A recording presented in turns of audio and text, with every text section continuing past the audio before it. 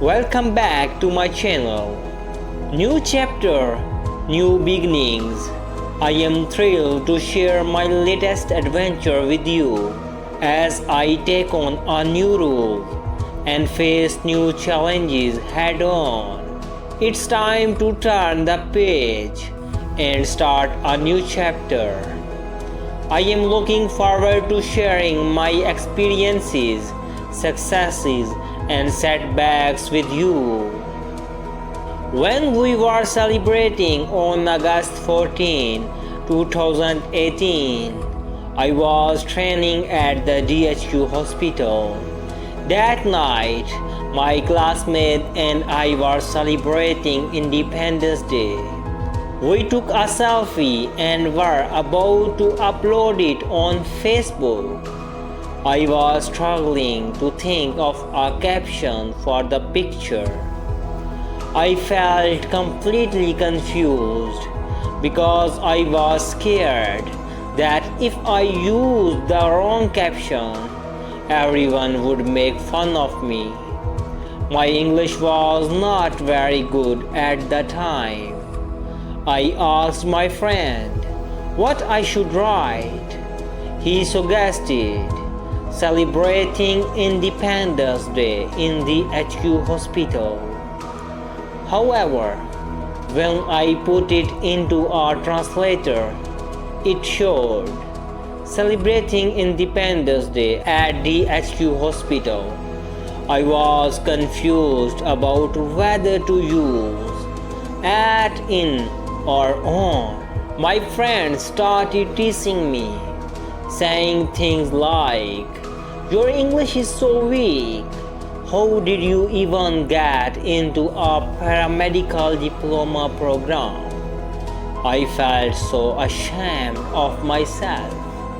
That day, I realized that since I was in the medical field, I had to learn English. I thought I mostly memorized things in my studies, did a lot of rhetoric. But no, I understood I needed to struggle hard and truly learn. I prayed to God, "Please help me. God, I want to learn English." There is a proverb that says, if you decide something deep in your heart, God helps you. The next day, I was leaving class to go home. When I arrived at the bus stop and sat on the bus, a man got on, selling books, and he was offering an English chances book. As soon as I saw it, I was happy, and I immediately bought the book. I went home and practiced a lot. Within a few days, I had learned the sentences.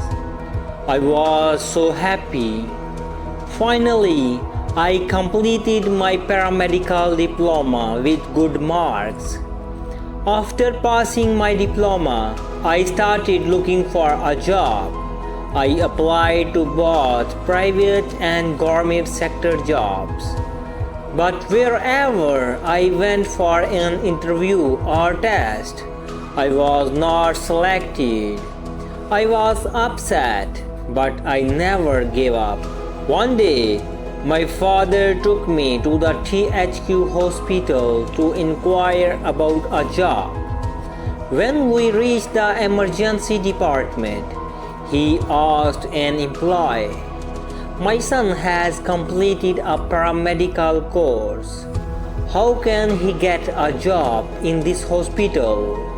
The employee explained, "It's a very difficult process. First, the vacancies will be announced by the government. Then people must apply, take a test, and attend an interview. After all that, the most qualified person will be selected." Hearing this, we returned home. My father encouraged me, saying I should not be upset and that God will make things better. A few days later, the coronavirus spread worldwide. When the government launched its plan for new hires, I applied for a job. Shortly after, I received a call for an interview. I was about to go, but my mother did not allow it. She said, "The coronavirus is at its peak right now. You could get infected. You are my only son. Let it go. You should not go." I explained to her that I was only going for the interview experience and to gain knowledge. I would not necessarily take the job. Convinced, she let me go. A few days later, I received a thrilling call. I had been selected for the paramedical job and was told to report to the THQ hospital for joining. My parents still did not want me to join because of the virus.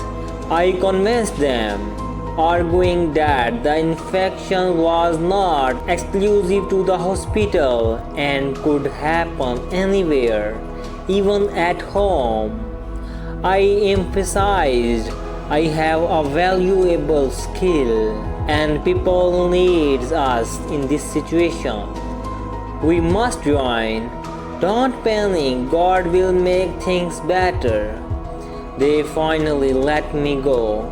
I started working during the pandemic. I was happy because I love helping people and saving lives. Towards the end of the pandemic, I did get infected by the coronavirus.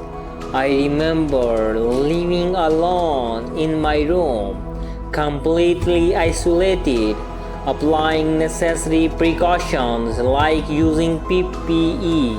After suffering through the disease, I finally recovered by the grace of God and returned to work. I mostly worked the night shift.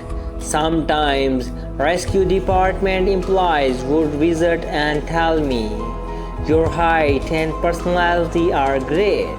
You should be in the rescue department. You should try to join.